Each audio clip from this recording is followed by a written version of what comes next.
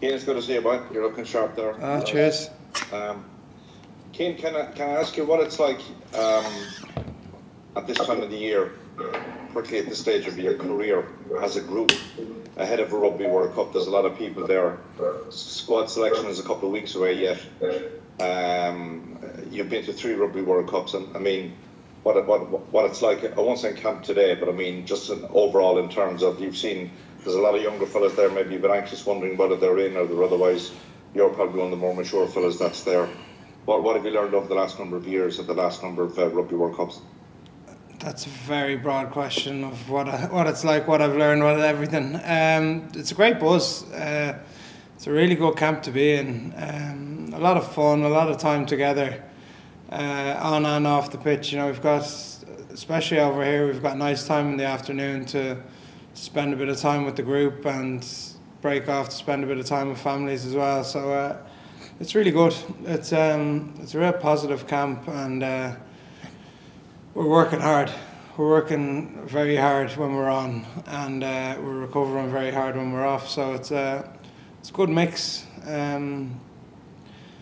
It's very hard to go into the life of comparing pre-training campaigns and stuff like that.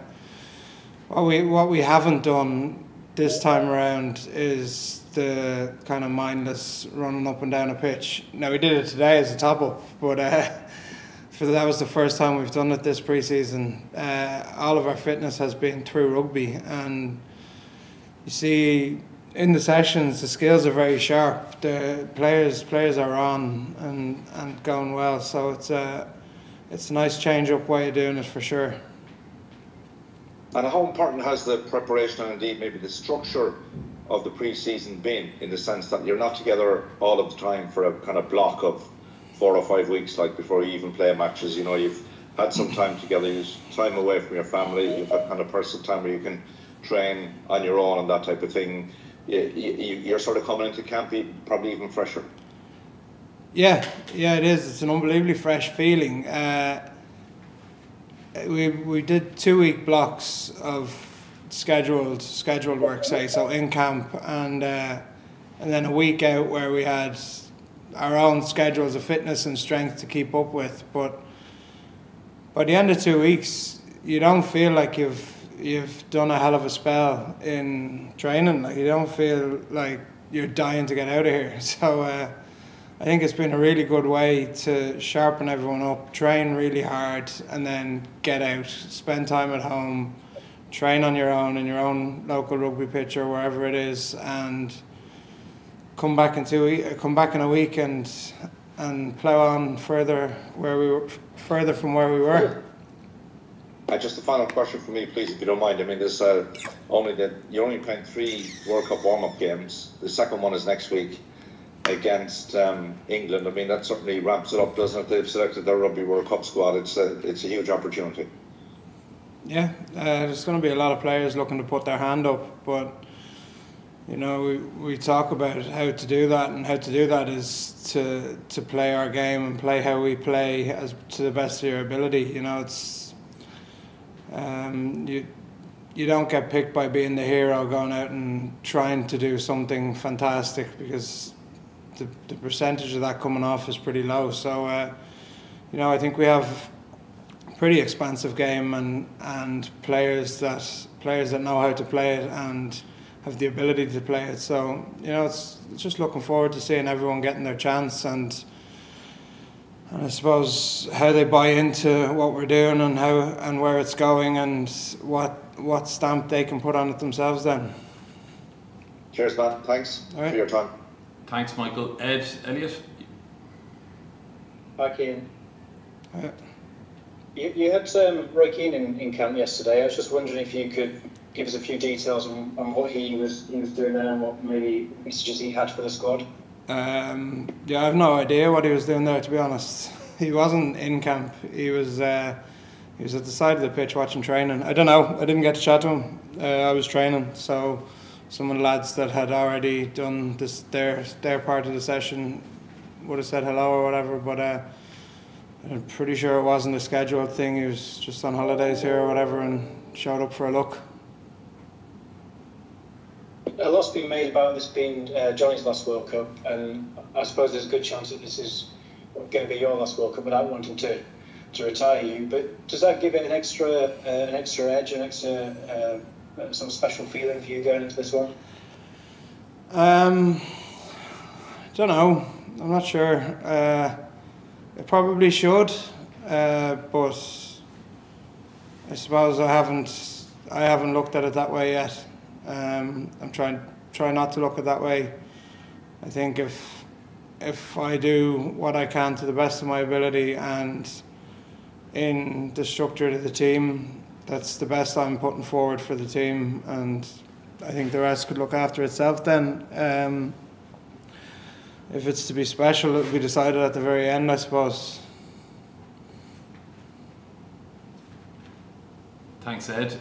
Will from Virgin, if you have any questions. Thanks, Peter. Cian, how are you? Listen, I just want to ask you about, obviously, your experience of these type of camps before. Is getting the balance of that kind of training, downtime and home time key? These kind of periods can be almost, you're waiting so long for the World Cup to actually start. Yeah, we've had it before where you do the 6 or 8 week block, or 6 weeks, probably the longest block we would have done.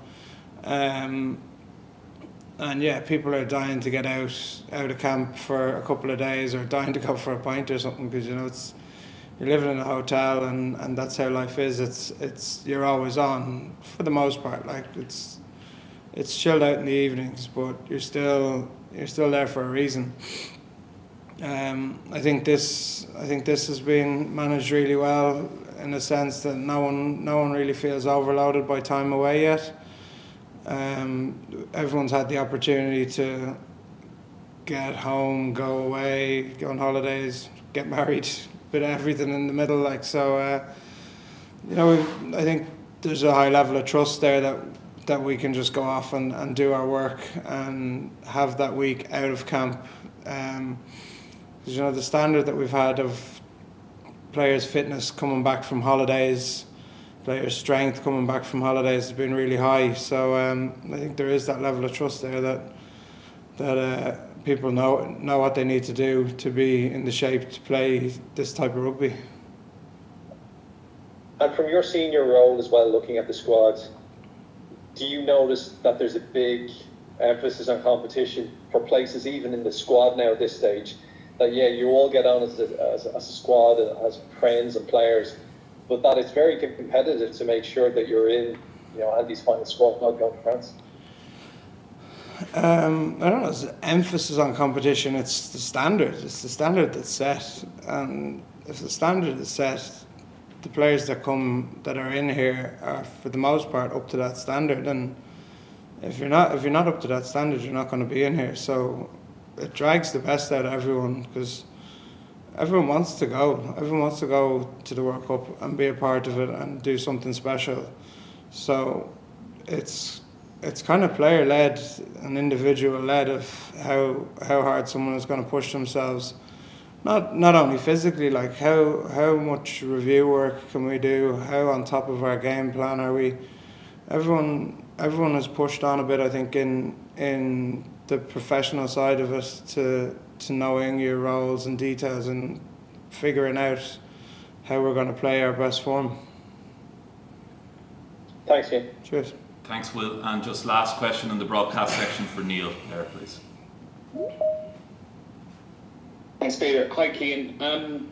We've seen a good few teams naming their squads over the last few days, their final 33-man squads. I'm just curious, like obviously you're not going to be naming until much later in the month. How do you feel about that? Is there any sense of you that would kind of like to know nice and early and be able to deal with the next few weeks? Or are you happy in the larger squad and creating that kind of sense of competition, driving each other on? I don't have much of a view on it. Like